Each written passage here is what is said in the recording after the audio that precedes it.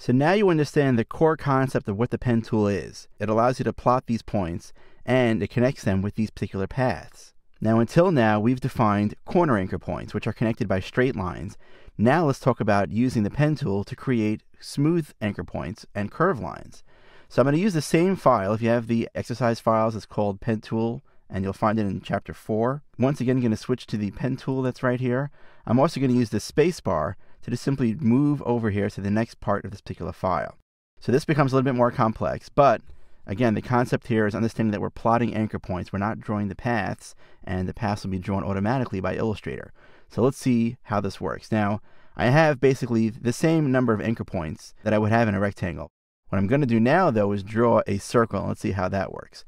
Now, before, we were just clicking and releasing the mouse, clicking, releasing the mouse, clicking, releasing the mouse. Those actions created straight lines, or just when you click and release with the mouse with the pen tool, it creates a corner anchor point. But if you click and you drag with the pen tool, which is what I'm doing right now, you drag out these control handles from that anchor point. And then when I release the mouse, and then I click, that creates the curved path. And remember how we discussed before how the control handle helps define what that curve follows. So let's take a look. Let's delete that for now. And let's see how that works here with these simple instructions. And then we'll begin to see how this all kind of comes into play. And then we'll go through several examples so that we can build up some confidence with using the pen tool. I'm going to start off with step 1, where it says press here. I'm not going to let go of the mouse. I'm going to click, hold down the mouse button, drag in this direction. And I could use the shift key, by the way, as I do this, just to make sure that it's straight. And I'm going to release the mouse when I get to this point right here. So my control handle is basically going to come out to here. And now I'm going to release the mouse. So what I've done is I've defined an anchor point, but remember, this is not a corner anchor point. This is a smooth anchor point, which means that when I define now another anchor point, instead of a straight line, I'm going to get a curved line, and that curved line is defined by that particular control handle that I created. Don't worry about where it's going to go or so on and so forth. We're not up to a point now where we can anticipate that, but as you start to draw graphics, you'll begin to anticipate where the curves are going to go. So I'm now going to move my cursor down over here. Again, I have no mouse button down as I do this. I'm now going to hold down the mouse button now, click, and then drag, and I'm using the shift key down again to drag once again to this point right here. So now look what happened. By dragging out that control handle on either end over here, by the way, it's a symmetrical thing. When you draw out a control handle from an anchor point, by default, it's going to do that evenly on both sides of the anchor point. So what I now get is a curved line that connects these two anchor points. Let's go ahead and continue this. I'm going to go down over here, click, hold down the shift key, drag out here to this point. One more time, move my cursor up over here, click, drag, release. Start off from the beginning over here where I was. Notice now I get that little O. That means I'm about to close my path. Click, drag, release. So now what I've done is I've created the circle. If I move this over here, for example, to see what we're dealing with over here, remember how we drew that circle way back and we saw where the anchor points were and where the handles were? Well, now if I use my direct selection tool, my white arrow, and I click on just one of these points, I see exactly where those handles are. And by dragging out those handles, I can adjust how that particular path looks. Let's take a look at some other examples, and again, we'll get more familiar with what's happening here inside of Illustrator. So I'm going to go ahead and use the pen tool once again, and let's follow these directions. Click here, drag the mouse all the way down here, and then release the mouse once again. Come up over here. I'm just going to click once and then release the mouse. So you see how that created kind of like a little scallop that appears right over here? What I'm now going to do is click directly on that anchor point. By the way, see, when I move my cursor away, this is Illustrator letting me know that the pen tool with no other additional parts next to it is letting me know I'm currently in the middle of drawing right now a path. And remember, if I move kind of over here, it'll let me close the path. If I had the X, it means I'm drawing a new path. Well, right now what I'm going to do is I'm going to move my cursor right over that existing anchor point that I just created. Do you see that little inverted V that appears that's right there? That allows me to actually manually pull out a control handle from a particular shape. So what I'm going to do right now is I'm going to click and drag. I can hold the shift key down as I do this to drag out here. Now, I didn't do anything to the path. What I did was I manually pulled out a control handle. Now, remember before when I just clicked and dragged, the control handles appeared on both ends of the anchor point that I created? Well, now I only pulled out one control handle on one side of this. So this is what I call a combination point. Before we created anchor points, the corner anchor points that we created actually have just straight lines connecting them. There are no control handles.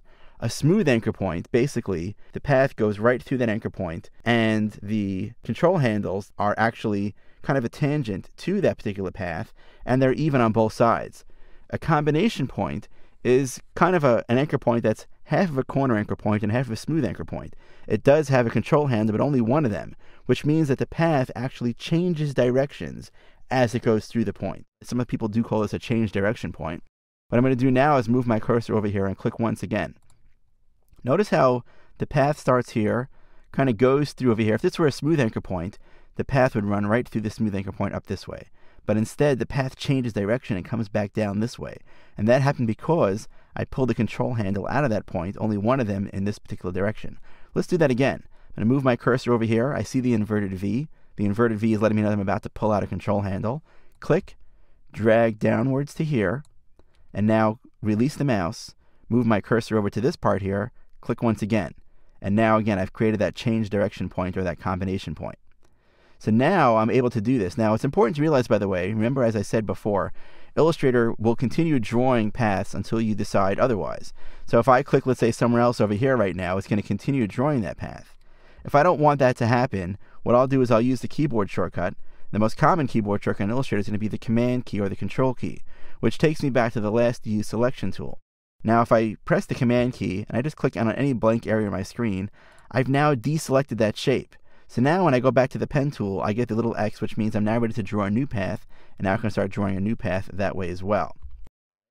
So let's move on to some of the other shapes that I have here in this particular example. Again, the more that you start to use the pen tool, the more that you begin to learn what it does. So I'm going to start over here. Take my pen tool right here.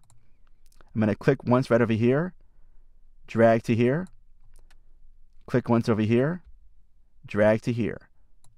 What I end up getting right now is a curved path like this. And this is a really great example to see exactly. I'm going to go ahead and go to my layers panel here. Let's hide the instructions for a second here. Let's understand what is happening here when I create these paths. When I clicked and dragged, remember, I dragged out this particular control handle to right here. And then when I created this anchor point and I clicked and dragged, it also created a control handle out to here. And notice how the path that's over here is kind of drawn upwards because the control handle's here, but this part of the path is drawn downwards because this control handle's here as well.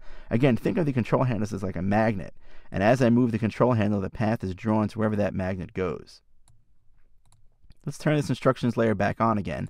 Let's focus on this particular part here of this artwork. I'm going to again use the pen tool. Let's start off over here. Click over here. I'm holding down the mouse button, I'm dragging all the way till here, and then I release. That's step 2. Now let's go to step 3 over here. Click, drag all the way down here, release, position over here, click, drag upwards over here, release the mouse, move my cursor here to the final point, click, drag, and then release. And now I've created this shape that's right over here. Now again, it's important as you start to work with Illustrator's pen tool to start to anticipate, hey, where is the next anchor point going to go? I mean, here it's a little bit easy because you have this template in the background which is telling you where to click. However, when you start creating freeform paths on your own, the more experience you get the pen tool, like for example, a friend of mine, Bert Monroy, fantastic Illustrator user, great Photoshop user, and what he does inside of Photoshop is just unreal. He creates these wonderful shapes and he just basically picks up the pen tool and starts drawing with it. I'm not even on that level. He understands where the anchor points need to go to make the paths go there.